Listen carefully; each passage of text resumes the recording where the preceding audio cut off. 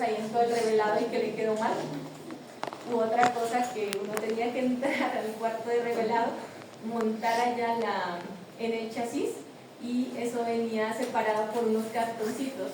Entonces a veces había riesgo de equivocarse, de agarrar el cartoncito y no la placa, entonces eso era bastante terrible. Pero bueno, eso ya a ustedes no les toca ver. Ya están en la era muy digital, ya no sufren por eso, sufren por otras cosas. El momento del ciclo expiratorio, lo que les acababa de decir, lo correcto es en inspiración completa. Hay unas radiografías que sí las tomamos en inspiración y en expiración, pero esas son para evaluar tráquea, para evaluar si hay colapso traqueal. Entonces en esas sí tomamos las dos vistas, cuando está muy lleno y cuando está completamente desocupado, para ver qué tanto se disminuye el diámetro de la tráquea. Ese sería como la variación.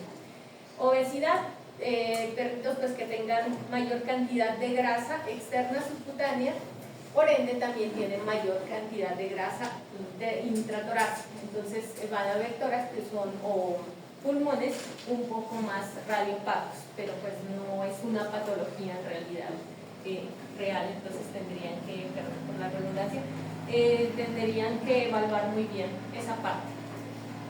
La edad, entonces pues ya lo vieron, ¿no? Un paciente joven, ¿cómo se ve? Una radiografía. Las vertebras. Ajá, no, pero en cuanto a los pulmones o el campo, un poco más radiolúcido, ¿no? Entonces, muy jóvenes, no miento, perdón.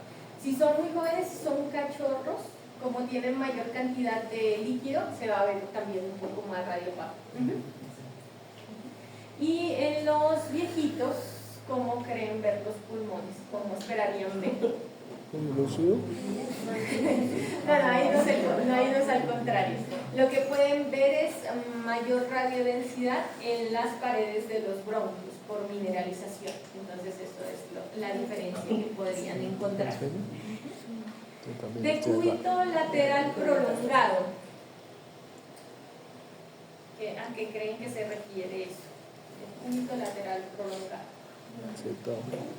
¿En qué tipo de pacientes puede suceder eso? No. Es que está acostado mucho tiempo, ¿no? Entonces esos son pacientes que están hospitalizados o por alguna patología limitante, que están mucho tiempo de un solo lado. Entonces, digamos, ustedes entraron a un procedimiento quirúrgico, compañeros, a un procedimiento quirúrgico y el paciente duró 1 hora acostado del lado derecho. Le estaban haciendo una cirugía del oído, digamos, del oído contralateral. Y ven que el paciente tiene algo respiratorio, bueno, les habían indicado que también tenían que tomar una placa. Si ustedes salen del quirófano, lo pasan directamente a rayos X, van a tener ese tipo de alteración, que dado que estuvo acostado, va a haber incremento de la radiodensidad, que puede ser que en unas horas se corrija, pero pues para que lo tengan en cuenta. Y las radiografías digitales, ¿qué es eso? Que en estas nuevas técnicas se visualizan mucho más los vasitos sanguíneos, entonces a veces lo pueden confundir, dicen, no, es que tiene un patrón vascular, pero no, en realidad es porque el equipo tiene muy alta definición. Entonces ahí ya viene medir muy bien el diámetro del bronquio, la arteria que va craneal o la vena que va caudal en cada lóbulo. Esas son las causas que podrían generar más bien la distorsión de la imagen. Y ahora, esto sí es muy importante que lo tengan en cuenta, porque de eso va a depender la descripción, el diagnóstico, y es algo muy frecuente que nos soliciten a nosotros, ¿no? Placas para evaluar el tipo de patrón pulmonar. Entonces está el bronquial, vascular, alveolar, intersticial y combinación de 2 o incluso más de esos patrones. Esos, pues como ustedes ven, tienen su nombre de acuerdo a qué está afectado, a qué parte anatómica de ese pulmón está afectada. Y siempre, esa es la frase del imaginólogo, ¿no? Correlacionar con la clínica del paciente. Ese sí es como de cajón, pero pues es una realidad, porque Los imagenólogos no pueden dar un diagnóstico definitivo, o no siempre, algunas veces sí, pero el que da el diagnóstico ya de un paciente es el clínico, ¿no? Que es el que tiene la información de exámenes de laboratorio, de lo que vio en el examen clínico, de lo que le dan las imágenes. Entonces, el clínico es el que da el diagnóstico definitivo del paciente, no el imagenólogo. Profesor, por favor. Sí, claro.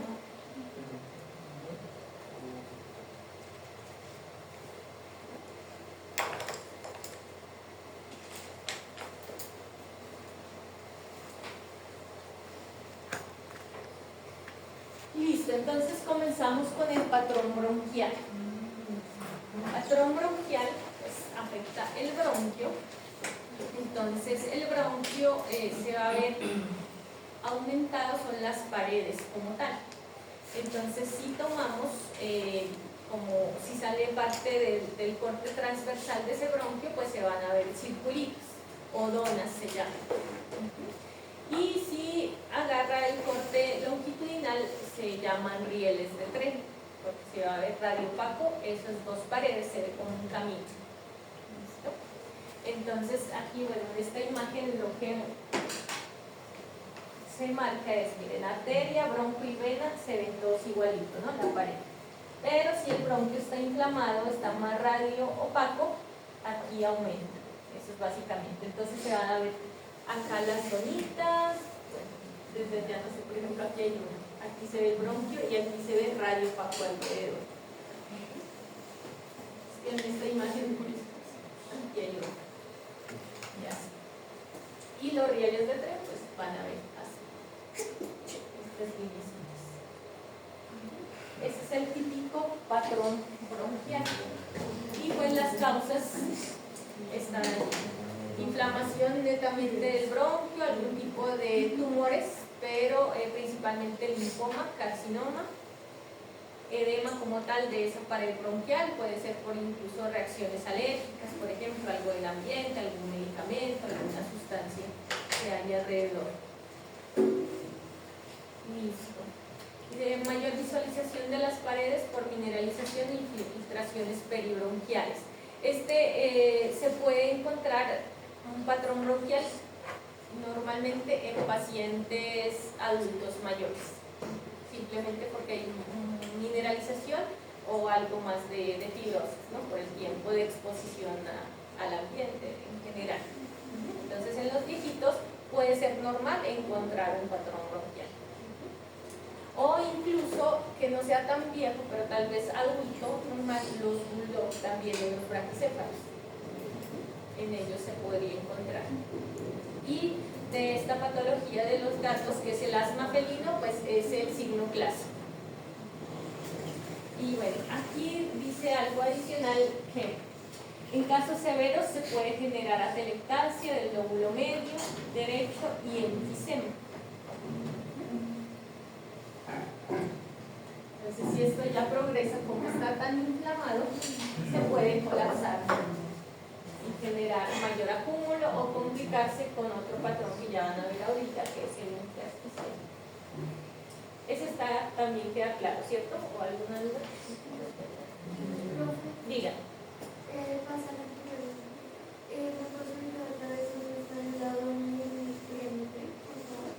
A los rieles de tren, bueno, acá es un poquito difícil verlo en esta imagen por esta, pero aquí, por ejemplo, es que creo que allá no se alcanza a ver, pero básicamente son dos líneas radio opacas, blanquitas, sí. O sea, en esta imagen no creo que la alcancen a ver muy bien. Las donas se ven mejor, por ejemplo, aquí hay una dona. Aquí hay otra dona. Aquí hay otra dona. Y los rieles de tren, bueno, aquí no se alcanzan a ver muy bien, pero sí lo que van a ver son dos líneas como un camino.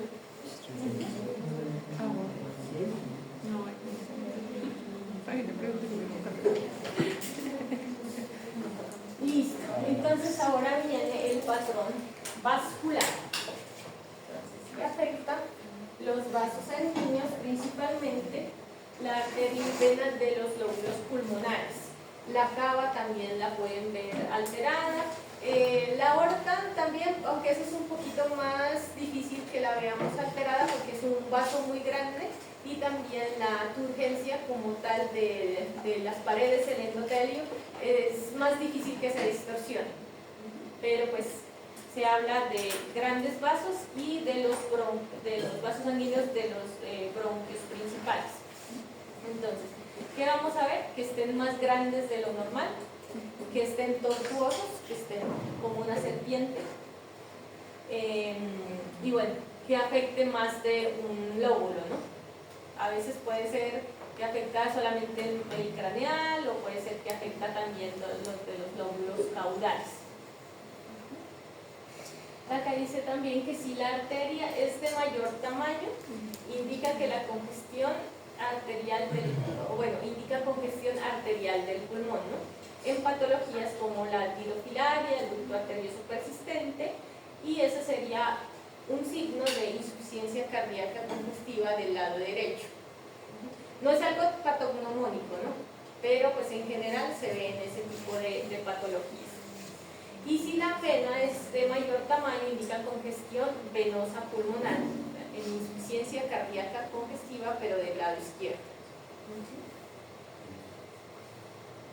Entonces, como veíamos, bueno, digamos que esta no está en nada, pero aquí está el bronquio. Aquí recuerden que siempre el craneal es la arteria y la vena va acá. En esa imagen siempre va a ser craneal en la arteria, en el centro va el bronquio y caudal va la vena. Entonces hay una presentación también mixta, ¿no? Que esté aumentado la arteria y la vena. Entonces dice acá que también hay una técnica que se puede utilizar y es comparar entonces el diámetro con la cuarta costilla.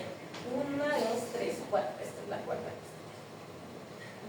Entonces ustedes van a medir esto y lo van a traspolar acá. Si ese valor supera el diámetro de la costilla, definitivamente es porque están más grandes, están congestionados, están dilatados. Y también está lo otro, ¿no? Que sería lo contrario, que eso es un poquito más raro. La verdad, si me preguntan a mí, que uno a veces va tomando muchas placas radiográficas, es muy difícil que lo veamos, pero tener en cuenta esto, ¿no? Que si el paciente está muy deshidratado y le toman una placa radiográfica, van a ver los vasos sanguíneos un poco más disminuidos. Si perdió mucha sangre, tuvo una hemorragia y le toman una placa radiográfica, van a salir también disminuidos. Y lo otro es con el síndrome de Addison, porque el síndrome de Addison le va a generar una hipotensión bastante generalizada en el paciente por alteración de la aldosterona. Entonces eso es. ¿Y cómo se vería? Esta imagen de acá es la disminución del diámetro. ¿Sí ven que casi no se ven las líneas? Bueno, ahí está. En el círculo es muy difícil. Se ve como unas pequeñas lineecitas nada más acá. Los pequeños vasos acá sí ni se marcan. Y lo mismo, ¿no? El corazón se ve como disminuido el tamaño, como un poquito más alargado. Aquí apenas se marca la cava. Esta es la cava, y aquí apenas se marca la aorta. Entonces se pierde esa radiodensidad de los grandes vasos. Y la placa radiográfica de arriba sí ese es un paciente con tirofilaria. Entonces, aquí miren, no sé si alcanzan a ver, este espaciecito que se ve aquí radiolúcido es el bronquio.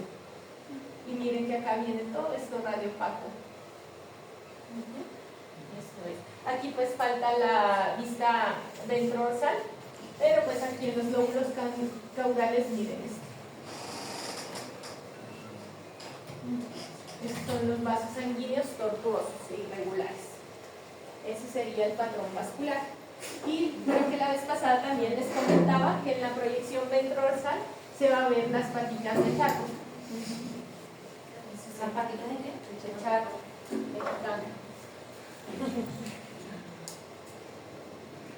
Listo. Patrón alveolar. ¿Qué forma tiene el alveolo normalmente? ¿A qué se les asemeja un alveolo? ¿Aunque? Bueno, las ramificaciones en realidad bronquio, ¿no? Sí. Pero el alveolo en sí, ¿Cómo no? ¿cómo qué? ¿Una nube? Entonces, más o menos, esta sería como la imagen de un bronquio, ¿no? De un bronquio, perdón, de un alveolo, este sería el bronquio. Y este es el alveolo. Entonces, ¿aquí a qué se refiere? Cuando hay algo que ingresa aquí. Recuerden que aquí esto que tiene de contenido. El alveolo. Aquí que había en esta Líquido. Aire. Se ahoga, se muere si tiene líquido. Pero no tiene líquido también. Aire. En la parte intersticial, si el alveolo simplemente son como saquitos, como bolsitas de aire. Entonces, lo normal es que estos alveolos sean radiolúcidos, ¿no? Porque tienen aire. Pero el problema va a ser si esto ahora sí se llena de líquido. Entonces se va a ver radio opaco. Entonces, si esto se llena de ese líquido y se ve radio opaco, se define este patrón como motas de algodón o nubecitas. Este es como el clásico. Cuando pierden, o sea, van a perder ese contenido por acúmulo de líquido, inflamación y todo eso, el pulmón va a generar algo que se llama atelectasia o como una consolidación. Entonces, si eso es mucho más severo, van a haber partes de pulmón como esto. O sea, ya no ven como tal la nube, sino una zona bastante amplia de radiopacidad, que eso ya sería mucho más grave, ¿no? Y bueno, las patologías o las causas para llegar a ese patrón alveolar serían edema, neumonías, hemorragia por algún tipo de contusión, la misma atelectasia, que esa atelectasia se puede dar por un cuerpo extraño que bloqueó la entrada de aire a cierto lóbulo pulmonar, me va a generar pues que se inflame, colapse, no le llega aire, entonces queda ahí como mucho más rígido, ¿no? Entonces eso va a aumentar esa radiodensidad. Y lo otro, alguna torsión pulmonar. Entonces, y puede ser uno o varios lóbulos, ¿no? Entonces, pues de eso va a depender la gravedad del paciente y pues lo que se tenga que hacer. Ese quedó claro también. Profe, Diga. tengo una pregunta. ¿Por qué en el campo pulmonar del lado izquierdo se ve un poquito más radiolúcido?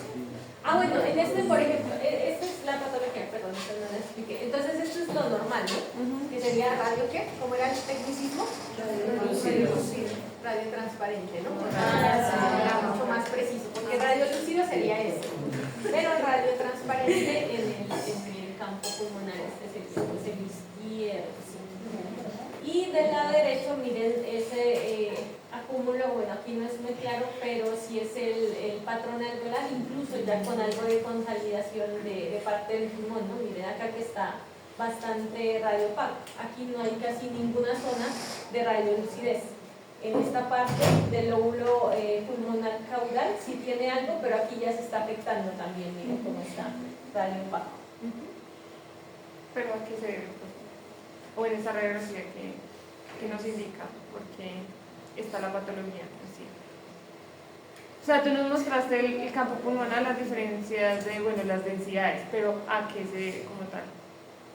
A cualquiera de esas patologías. Okay. O sea, de esta imagen, o sea, la imagen está ahí mostrando el patrón. Okay. Que yo le diga con la radiografía, fue una hemorragia, ¿no? Porque lo que les decía, eso tiene que correlacionar con la clínica del paciente. Ajá.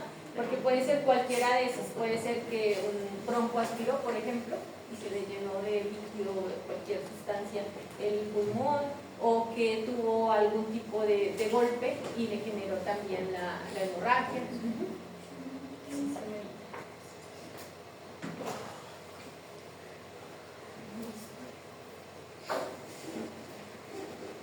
Y por acá entonces está el patrón intersticial. Entonces ahí sí viene, ahí es donde sí están los vasitos sanguíneos y todo. Entonces, ese infiltrado puede ser fibroso, puede ser líquido, no sé, células, también un montón de patologías que lo puedan generar. Y de manera, digamos, como para que ustedes no se les olvide, porque este es un poquito más complejo, ¿no? A veces en las radiografías no es tan fácil de identificar los patrones así como los nombramos, y puede haber combinación de varios.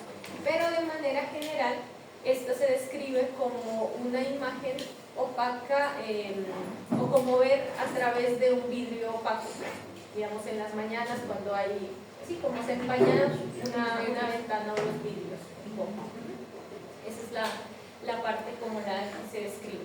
Y hay otra presentación, porque puede ser intersticial, que es como la que está del lado derecho, y la otra que se llama intersticial estructurado. El intersticial estructurado es el típico de las metástasis, donde se ven bolitas, radiopatas. Ese sería, o sea, ahí es como la modificación. Y bueno, ahí dice el intersticial no estructurado, se puede ver incluso como un panal de abejas, ¿no? Es otra de las características, ¿no? Es así tan típico, algunos sí parecen de libros, pero otros pues no están. Pero para que lo tengan ahí en mente. El panal de abejas entonces sería el del lado allá, ¿no? El lado derecho. Y el otro, el estructurado, que serían ya los nodulitos, que serían esta placa radiográfica, ¿no? Entonces miren aquí. No sé si lo alcanzan a ver desde allá. Sí. Y hay otra. Ese sería el patrón nodular estructural. Ese sí es típico. Y el nodular miliar, que dice que tiene que ser menor a 5 milímetros, ¿no? Pero entonces ya eso en el equipo nosotros podemos tomar bien esas mediciones para poder dar el reporte. Y en este tipo de casos lo ideal sería hacer tomografía. En ecografía podemos ver el estructurado. En ese sí es más fácil de identificarlo con ecografía, pero el estructurado, el no estructurado no vamos a ver mucho. Para ese no estructurado sí sería mejor hacerle una tomografía para diferenciar, porque incluso podemos caer en el error de pensar que es un nodular no estructurado o miliar y simplemente es mineralización porque el paciente es viejito. Entonces, cuando hay esa duda, dicen, no, si el paciente tuvo un proceso de tumor en cualquier otra parte, necesitamos ver metástasis, y ven esos pequeños puntos, quedan con la duda de si es metástasis o si es porque es viejito, dependiendo de tan severo esté el caso o el diagnóstico del tumor, bueno, esperar un mes tal vez y tomarle una radiografía de control o directamente remitirlo para tomografía.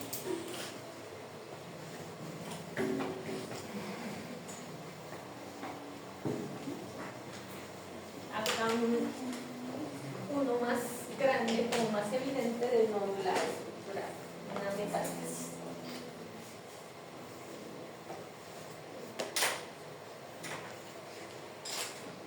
Creo que puedes tener pues, aquí, ¿no?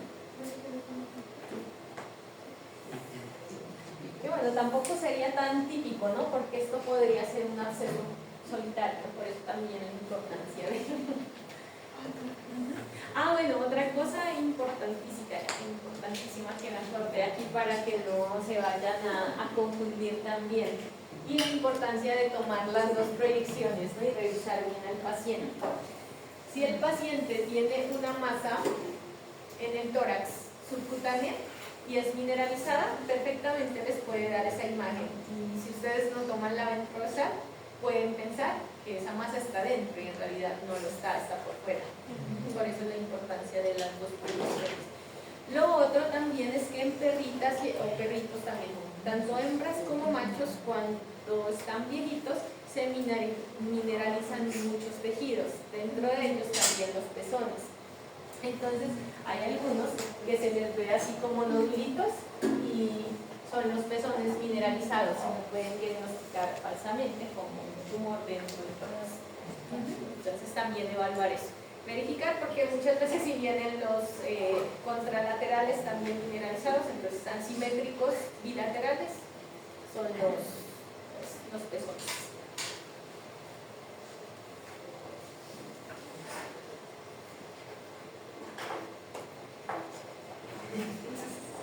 Mixto, un montón de cosas, ni se ve casi.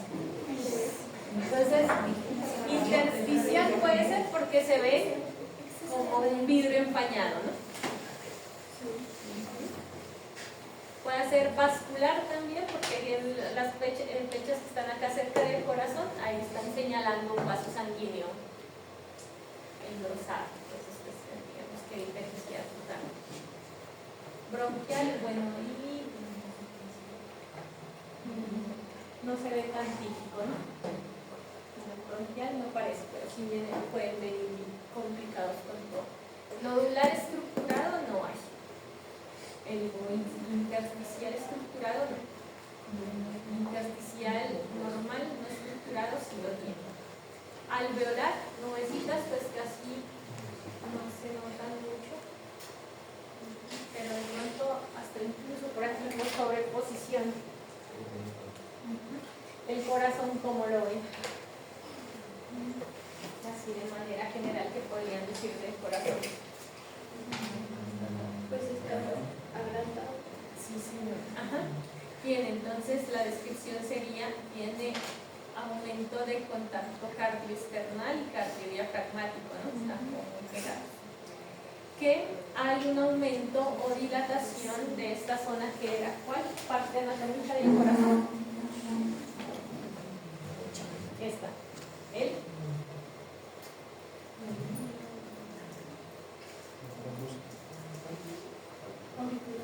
El atrio derecho, ¿no? El atrio derecho. Si ven cómo se eleva también un poquito la tráquea, ligeramente, eso es un signo. El otro pues el contacto, cardiodiafragmática, cardioesternal. ¿Qué otro hallazgo le pueden dar en abdomen, por ejemplo?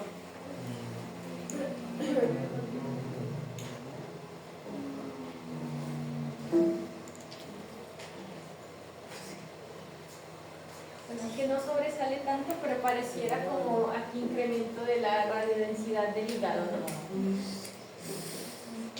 Ah, miren, aquí de pronto esto sí es un peso. ¿Qué otra cosa? Y bueno, los patrones pulmonares. Ese es pulmones. ¿Ustedes cómo creen que está respirando ese paciente? Muy mal, ¿no? Entonces, si vemos cambios en la silueta cardíaca y vemos también alteración en los pulmones y algo en el hígado, ¿qué creen que podría tener este paciente?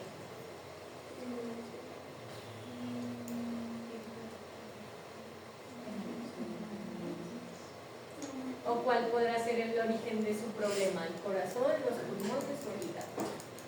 ¿Cuáles creen que pueda ser el origen? Es muy raro que una patología del hígado afecte el corazón. El corazón, ¿no? Probablemente, y miren cómo está, pueda tener una insuficiencia cardíaca congestiva del lado derecho. Entonces esto le genera cambios en el corazón en principio, esa remodelación, luego hay congestión en los vasos sanguíneos pulmonares y algo de afección también o congestión en el hígado. Y pues sabemos que es un perro viejito, ¿no? Y ese viejito también tiene otro problema, ¿ya lo vieron? Entonces, miren.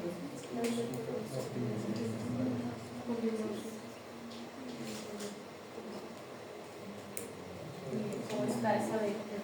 Entonces, allí cómo describirían esa vértebra. Hay un sobrecrecimiento, ajá. ¿Pero de qué?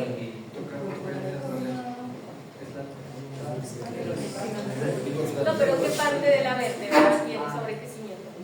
El cuerpo, entonces van en orden, ¿no? Sobrecrecimiento del cuerpo vertebral ventral. Porque creo que si la vez pasada creo que les había comentado, ¿no? Entonces digamos esta que está sana. Ubiquemos aquí su anatomía. Viene en canal, viene aquí, viene aquí. Entonces, este es el cuerpo vertebral, pero entonces tiene su porción ventral y esta es la porción dorsal. ¿Este qué será?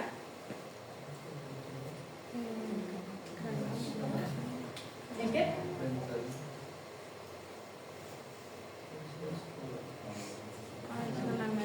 Canal medular. Por ahí pasa la médula. Les recuerdo. Y esta sería la apófisis espinosa o dorsal también se llama. Y esta de acá, ¿oye más? Apófisis transversa. Entonces esa es la anatomía de manera general. Bueno, estos son los forámenes intervertebrales, ¿no? Ese espacio radiovisual. Entonces, en este caso tendríamos que decir, hay un sobrecrecimiento del cuerpo vertebral en su porción ventral, pueden incluso decir hacia craneal y hacia caudal. Incluso, bueno, eso no se ve muy bien, pero a veces se fusionan, ¿no? Entonces, cuando se fusiona se llama... ¿Cómo era? Anquilosis. Entonces, esclerosis es simplemente el incremento de la radiodensidad del cartílago, desgaste o mineralización del hueso subcondral, que también lo tiene, ¿no? Miren, en esto se ve, en esto. Miren cómo está aquí. ¿Y la anquilosis? Anquilosis es una fusión entre dos articulaciones, es la definición. Entonces el diagnóstico de esa parte de la columna sería que tiene una espondilosis o espondiloartrosis anquilosante.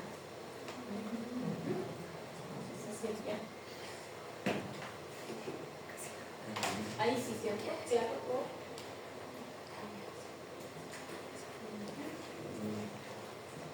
Entonces ahora vamos a alteraciones en el espacio pleural.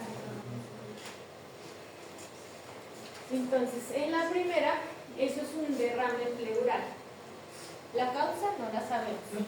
Puede ser eso sangre, puede ser quimo, puede ser líquido inflamatorio. Entonces, en la primera, ¿cuál sería como la descripción así en general, lo que les llama la atención?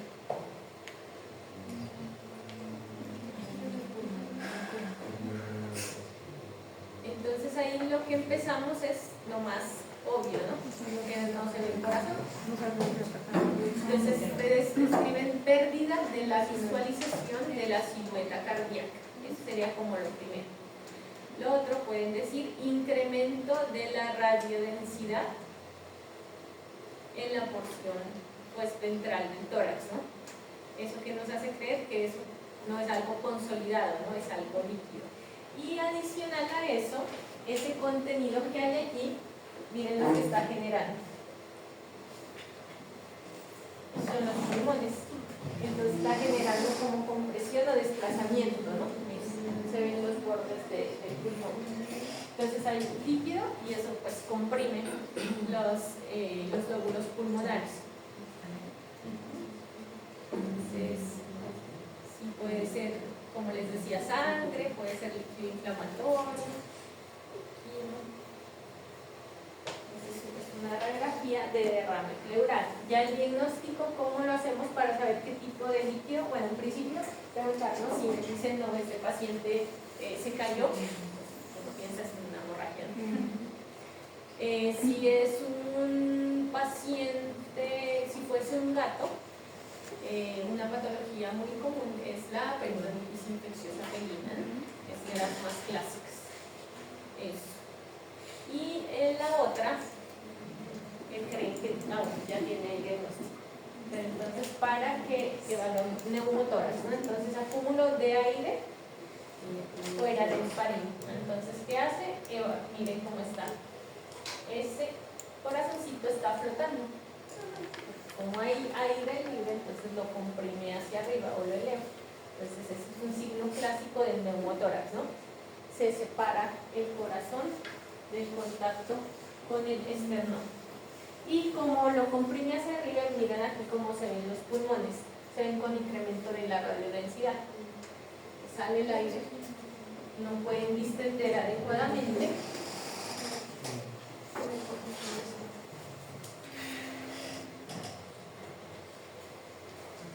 En la radiografía, bueno, ¿cómo van? ¿Necesitan respirar? ¿Necesitan un break o seguimos? ¿No? ¿Seguimos? Bueno.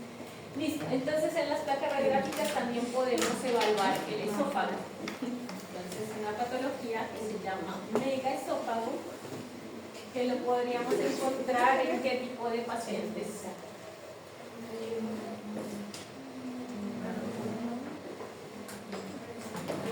Megaesófago. ¿Por qué se cree que se pueda generar un megaesófago? Porque la vez pasada ya dijimos una patología. Cuando hablamos de las anormalidades en el corazón, en los vasos sanguíneos. ¿Qué? Aórtico persistente. El aórtico persistente sería una de las causas en un paciente joven, ¿no? Obviamente. Y en los adultos una patología que se llama miastenia gravis. Miastenia gravis. Lo que le va a causar es debilidad del músculo liso. Entonces el paciente puede tener megaesófago, también puede tener megacolon. Igual ahí para que revisen la patología. Entonces, clínicamente este tipo de pacientes con megaesófago, uno de los signos principales es que comen e inmediatamente regurgitan, que las personas lo pueden confundir con vómito, pero pues la diferencia es que come y no pasan ni muchos segundos, inmediatamente lo devuelven, ya se lo vuelven a comer. Y pues es el alimento sin digerir, saben, las croquetas todavía allí sin nada de digerir, entonces eso podría ser un signo de regurgitación y está asociado a este tipo de patologías, a megaesófagos, porque como no tiene esa fuerza de contracción de ese músculo liso, pues fácilmente se devuelve. En los pastores alemanes es una de las patologías como que pueda tener presentación genética. Para eso, no sé si han visto por allí, tal vez no, les hacen unas sillitas especiales, lo sientan como si fueran niños para que coman, así, mucho más fácil. Listo. Bueno. Sí, sí. Bueno.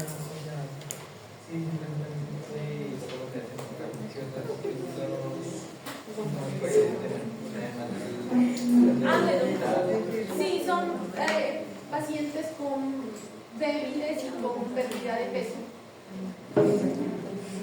A veces incluso pueden tener como ¿qué se llama? Polifagia. O sea, quieren comer porque cuando están viendo rápidamente están regurgitando.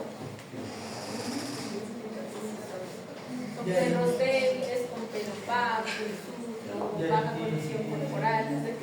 ¿Qué solución hay ahí para la depende de la causa. Tendrían que hacer el diagnóstico. Si es miastenia gravis, el tratamiento médico. Pero pues en general el pronóstico de este tipo de pacientes es malo. Y operar el esófago, el megaesófago, no es algo, no, porque igual lo opera, pero el problema es la debilidad del músculo.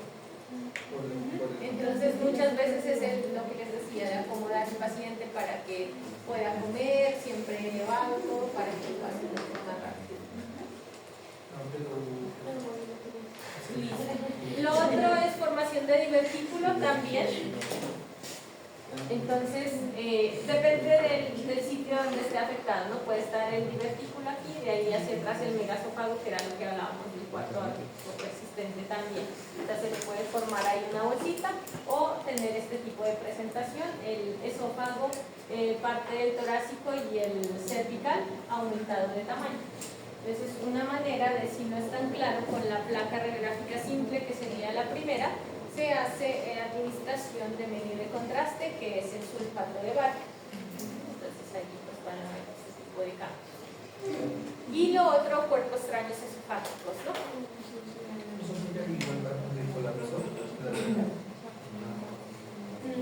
¿Qué?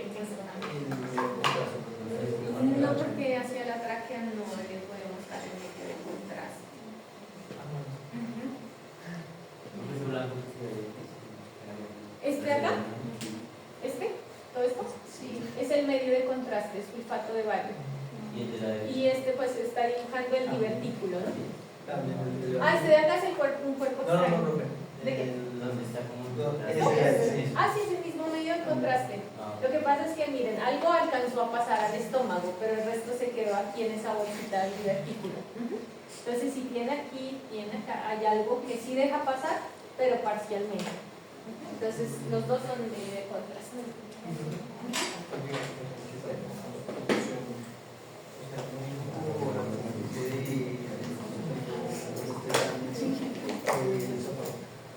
Sí, estrechamiento de pronto, bueno, por cuerpo extraño, por alguna alteración en la vasculatura, la que vemos allí, y la otra sería por algún tipo de tumor que interese en la luz, o incluso un tumor fuera que no tenga nada que ver con el esófago, pero que lo esté comprimiendo, ¿no? Comprime el esófago y también puede comprimir la tráquea. Ese sí. Y bueno, retirar cuerpos esofágicos, dependiendo del tipo de cuerpo extraño, puede ser fácil o muy difícil, ¿no? Fácil con una endoscopía, pero si son huesos, por ejemplo, huesos que tengan aristas, eso puede complicar mucho.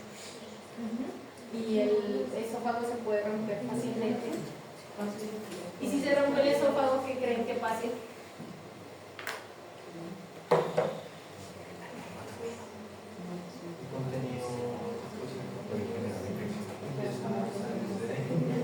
Sí, se va hacia el tórax, ¿no? Se puede generar infecciones. Listo. Y pues aquí viene lo de la tráquea, que comentaba. También la podemos evaluar en las placas radiográficas dirigidas hacia el tórax. Entonces, miren este diámetro, miren aquí esta reducción y miren acá la diferencia. Pues en ese tipo de pacientes será que les comentaba que se tiene que hacer en inspiración y en expiración, porque a veces incluso la simple posición del paciente pueda dar un falso diagnóstico, ¿no? En este caso es muy claro porque el diámetro es muy reducido, ¿no? Pero en otros no es tanto, entonces ahí puede quedar como la duda. Pues sí, lo que toman de las dos maneras, En inspiración y expiración. Ajá. Cuerpo extraño, pues ahí, ¿cuál será el cuerpo extraño?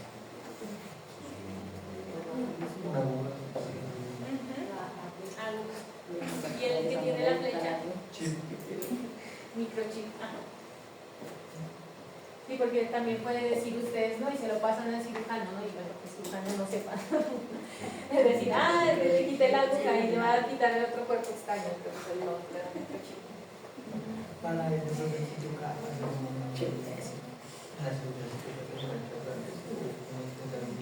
retirar eso. Sí, se hace el abordaje. Buscar.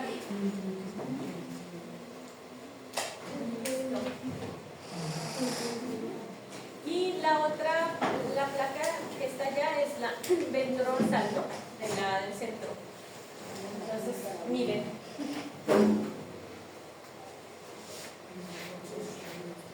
¿Cuál será cuál?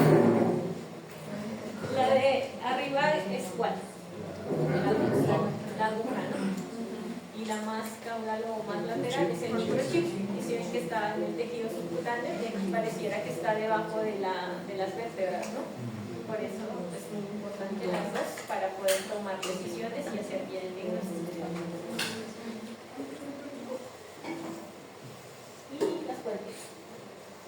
¿Tienen alguna duda? No, esta está como más sencilla, ¿no? Que el corazón. Y tenía, creo, para aprovechar estos poquitos minutos y para que vayan repasando unas radiografías, creo que 2 o 3.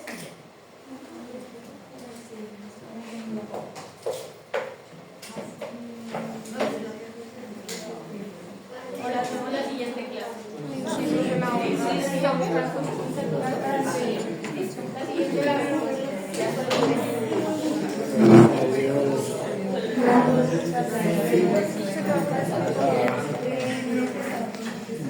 ¿Te toca grabar las dos?